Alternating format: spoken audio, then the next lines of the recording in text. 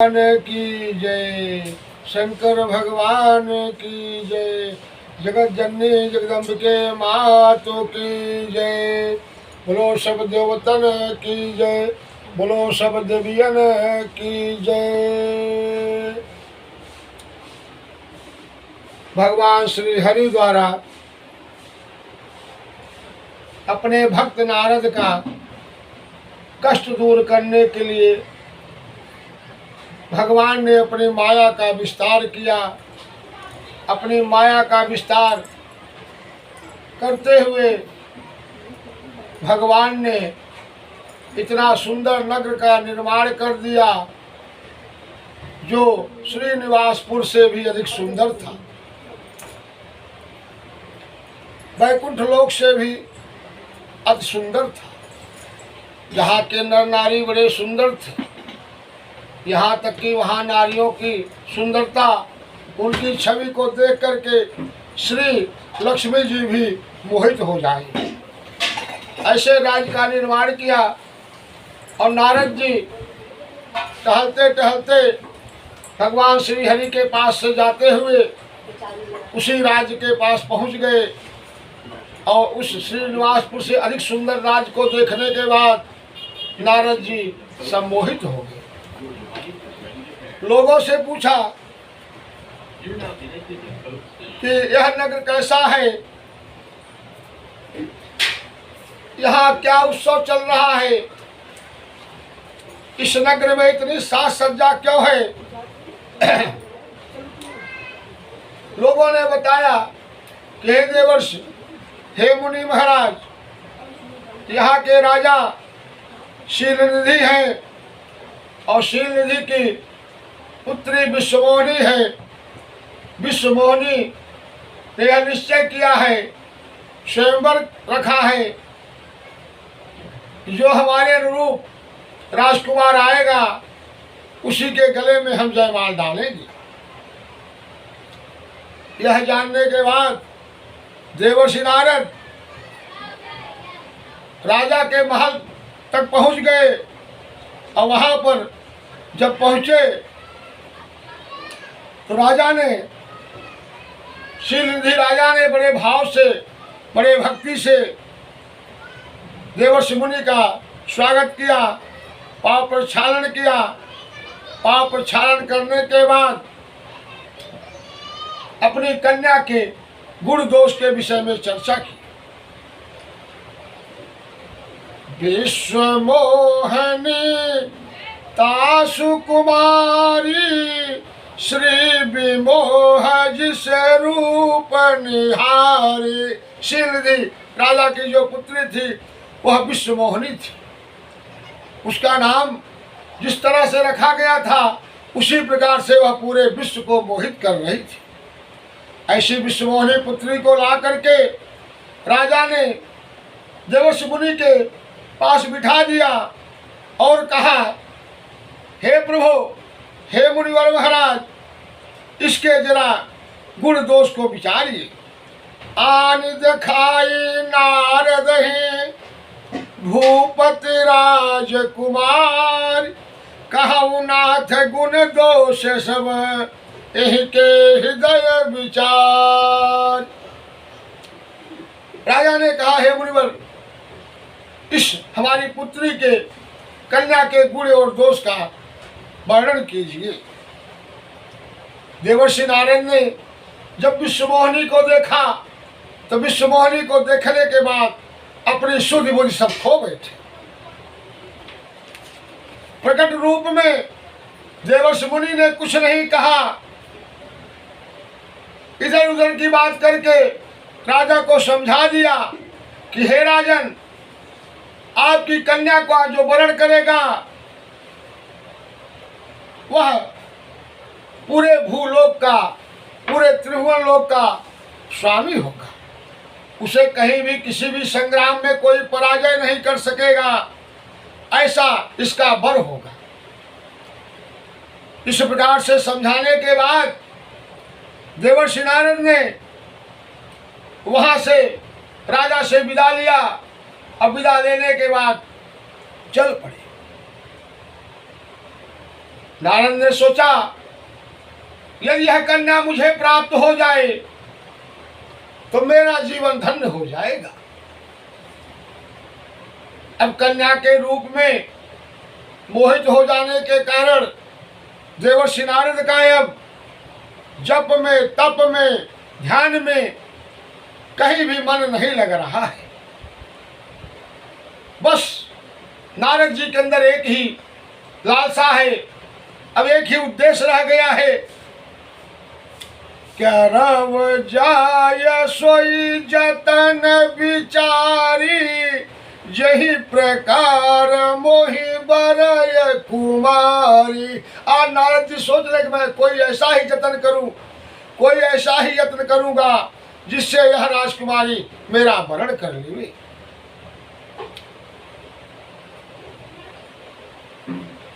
आज नारद जी को कहीं भी कुछ ध्यान नहीं हो रहा है, न जप में मन लग रहा है, न तप में लग रहा है। उनको तो खाली यही चिंता सता रही है कि किस प्रकार से यह बाला मुझे प्राप्त हो जाए। जप तप कछु न होहिते ही काला, हे विधि मिलहि कवन विधि बाला। नारद जी सोच रहे हैं कि किसी भी प्रकार से हमें यह बाला प्राप्त हो जावे, हमारा जीवन धन्य हो जावे। अब हमें कुछ भी अच्छा नहीं लग रहा है। नारद जी सोचते हैं कि हमारा हित चाहने वाले, हमारा कल्याण चाहने वाले हमारे प्रभु श्री हरि हैं, लक्ष्मी नारायण है, रमापति है, और उनका मैं परम भक्त भी हूँ। हमें वह पुत्र समान भी मानते हैं। अगर मैं श्री हरि के पास जाकर श्री हरि की सुंदरता यदि मांग लेता हूं तो हमें विश्वास है कि यह विश्वमोहिनी जो है, जो बाला है, यह हमें प्राप्त हो जाएगी। ऐसा सोचते हुए देवर्षि नारद चल रहे हैं और फिर ध्यान आ रहा है कि भगवान श्री हरि इस समय वैकुंठ में होंगे, कि क्षीर सागर में होंगे, कि साकेत लोक में होंगे। भगवान श्री हरि के तो अनंत लोक हैं, हम कहाँ जाएं को हमें मिल जाए। फिर मन में विचार आया कि भगवान श्री हरि तो सर्वव्यापी हैं, सब जगह व्याप्त है, क्यों न हम भगवान श्री हरि का स्मरण यहीं पर करें और भगवान श्री हरि को यहीं पर बुला लेंगे। नारद जी ने उसी स्थान पर अपने वीणा को तान दिया और बोलने लगे, श्रीमन्नारायण नारायण नारायण, श्रीमन्नारायण नारायण नारायण, लक्ष्मी नारायण नारायण नारायण, श्रीमन्नारायण नारायण नारायण। भगवान श्री हरि अपने भक्त के लिए सदैव तत्पर रहते हैं। भगवान श्री हरि ने नारद के मन की बात को जानते हुए, क्योंकि भगवान श्री हरि तो अंतर्यामी है, तुरंत नारद जी के सामने प्रकट हो गए। भगवान को देखने के बाद नारद जी बड़े प्रसन्न हुए, भगवान को नमन किए, प्रणाम किए और अपनी सारी व्यथा को का उनके सामने वर्णन किया।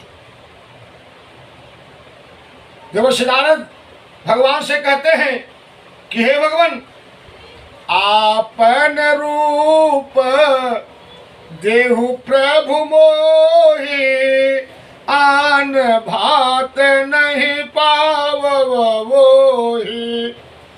मुनि महाराज कहते हैं, भगवान आप अपना रूप हमें प्रदान करें।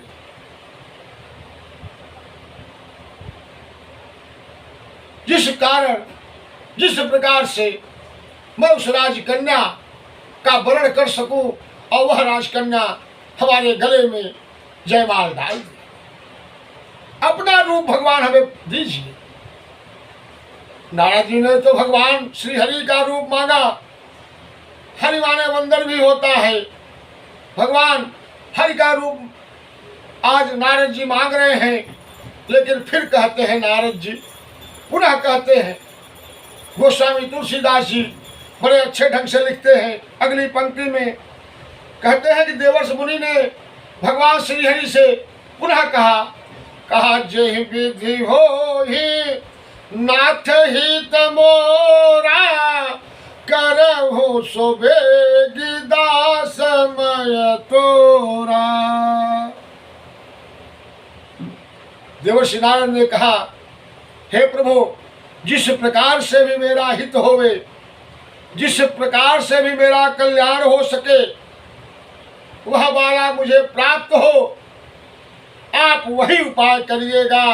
मैं आपका दास हूं, मैं आपका सेवक हूं। भगवान की माया को, भगवान की रचना को देवर्षि नारद समझ नहीं पाए कि यह सब मायापति के द्वारा ही हो रहा है। भगवान श्री हरि हंस के कहते हैं कि हे मुनिवर, हे नारद जी, जिस प्रकार से भी आपका कल्याण होगा, आपका हित होगा, मैं वही करूंगा और मेरी वाणी कभी असत्य नहीं होती। कहते हैं भगवान ने कहा, अरे जय विध होई है परम हित, नारद सुनहु तुम्हार। जय विधि होई है परम हित, नारद सुनहु तुम्हार। सोई हम कर बनयान कछु, बचनन मृथा हमार। भगवान कहते हैं कि बारी बारी मृथा नहीं होगी, व्यर्थ नहीं जाएगी। हे नारद जी, जिस प्रकार से भी आपका कल्याण होगा, मैं वही करूंगा। आप बिल्कुल निश्चिंत हो, बेफिक्र हो जाए। इस प्रकार से कहने के बाद भगवान अंतर्ध्यान हो गए। देवर्षि नारद बड़ा प्रसन्न। भगवान श्री हरि ने अपना स्वरूप हमें प्रदान कर दिया। भगवान का स्वरूप प्राप्त जान करके देवर्षि नारद वहीं पहुंच गए जहां पर स्वयंवर चल रहा था, विश्वमोहिनी का। गावने तुरत तहार सिराई, जहां स्वयंवर भूमि बनाई। भगवान भोलेनाथ कहते हैं, उमा, हे भवानी, भगवान श्री हरि से आशीर्वाद प्राप्त करके देवर्षि जी पुनः उसी स्थान पर चले गए जहां पर निपमाला राजकन्या के स्वयंवर चल रहा था। वहां जाने के बाद, वहां का दृश्य देखने के बाद नारद जी बड़ा प्रसन्न हो रहे हैं कि अब हमें कन्या जरूर वरण करेगी और हमारे ही गले में जयमाल डालेगी। देवर्षि नारद के जाने के बाद वहां पर जो भी राजसभा था, सभी ने देवर्षि मुनि को प्रणाम किया। और देवर्षि मुनि समझ रहे हैं कि सभी राजकुमार, राजा लोग जो मुझे प्रणाम कर रहे हैं, श्री हरि समझ रहे हैं। और अब निसंदेह राजकुमारी जब मुझे देखेगी तो मुझ पर प्रसन्न हो जाएगी। राज कुंवरी छवि देखी, इनहि बरही हरि जाने बिसेखी। अब अवश्य ही राजकुमारी मुझे श्री हरि का स्वरूप जानकर, लक्ष्मी नारायण का स्वरूप जानकर कि भगवान श्री हरि स्वयं आ गए हैं और हमारा वरण कर लेगी। क्योंकि श्री हरि ही तो ऐसे हैं जिन्हें किसी भी संग्राम में कोई उनसे विजय नहीं प्राप्त कर सकता। उसके बाद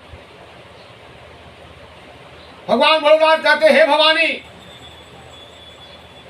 जब देवर्षि नारद मोह के वशीभूत हो गए और आज उनका मन पराधीन है, दूसरे के अधीन हो गया है, श्री हरि के अधीन है, और उसी स्वयंवर में भगवान शंभू के भी 2 गण आए थे।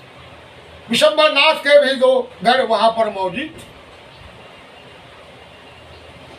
वहां जाने के बाद देवर्षि नारद जिस पंक्ति में बैठे उन्हीं के पास में दोनों तरफ भगवान श्री हरि के, भगवान भोलेनाथ के 2 गण ब्राह्मण रूप में बैठ गए और ब्राह्मण रूप में बैठे हुए दोनों